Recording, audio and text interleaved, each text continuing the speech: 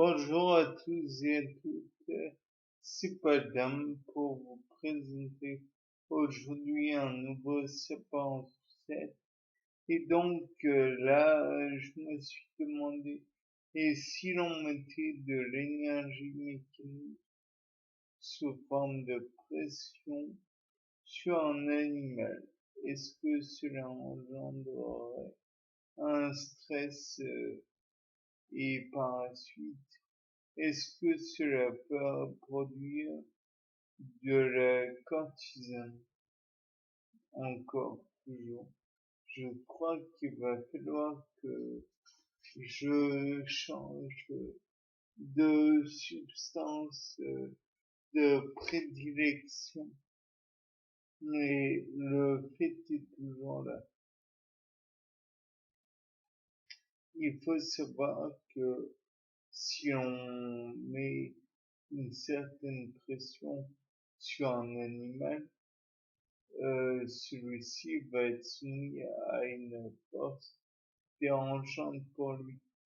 Peut-être que on peut dire que par exemple une souris va moins produire de cortisone que l'éléphant, puisque la pression étant égale à F sur S, la force étant mg, peut-être que la masse fois l'accélération va être diminuée si on modifie la fonction n. Peut-être que cela va être le stress va être diminué. De plus, je parlais tout à l'heure de l'énergie mécanique. Donc, vous allez me dire, mais rien à voir avec la force, la pression. Eh bien, je suis forcé de vous, comment dire, contredire. L'énergie mécanique égale 1 demi V au carré. Et V au carré, c'est la distance au carré, fois sur le temps au carré. Or, qu'est-ce qu'on a comme, comment dire, comme force? On a un poids fois l'accélération, donc D sur T au carré. Donc, on pourrait presque envisager que l'on a comment dire, l'accélération de la pesanteur qui est prise en compte dans l'énergie mécanique.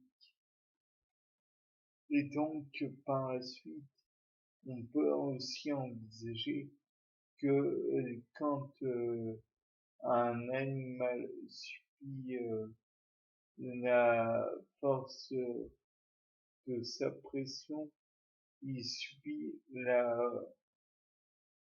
d'autant plus la pression ou l'énergie mécanique ou l'impact de celle-ci en fonction de son volume.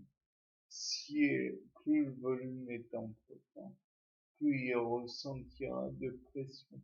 Et donc, plus il ressent de pression, plus il va être stressé. Tout à l'heure, je parlais de la souris de laboratoire, par exemple, et de l'éléphant. Peut-être que si on avait non pas à mesurer le taux de cortisone de l'éléphant, mais plutôt celui du cerf, qui est un onglet, donc qui marche directement sur les ongles. Alors, ce serait taux de cortisone peut-être plus important, puisque la surface au sol serait limitée. De plus, il faut savoir que durant certains moments de la vie de l'animal, par exemple lorsque l'éléphant est en période de meute, je crois, ou quand le cerf est en période de rut, si je me rappelle. Et les deux animaux sont d'autant plus stressés.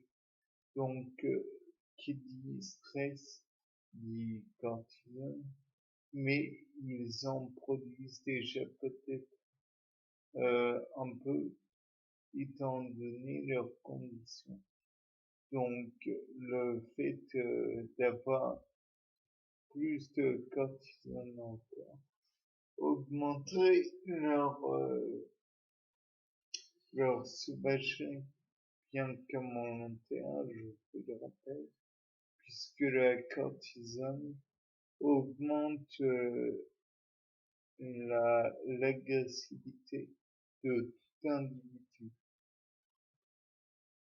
Maintenant, il est aussi possible de comparer l'agressivité de l'animal qui est sur Terre et l'animal qui est dans l'eau. Peut-être que, étant donné qu'ils n'ont pas la pression de la pesanteur, ou du moins qu'elle est compensée par la poussée d'Archimède. Je vous le rappelle, la poussée d'Archimède égale ρ, donc la masse volumique de l'eau, V, le volume, G, la constante de gravité de la Terre. Donc ρ, c'est la masse sur le volume, fois le volume, et le tout fois G. Donc on a bien un poids. Puisque P fois égale M fois G.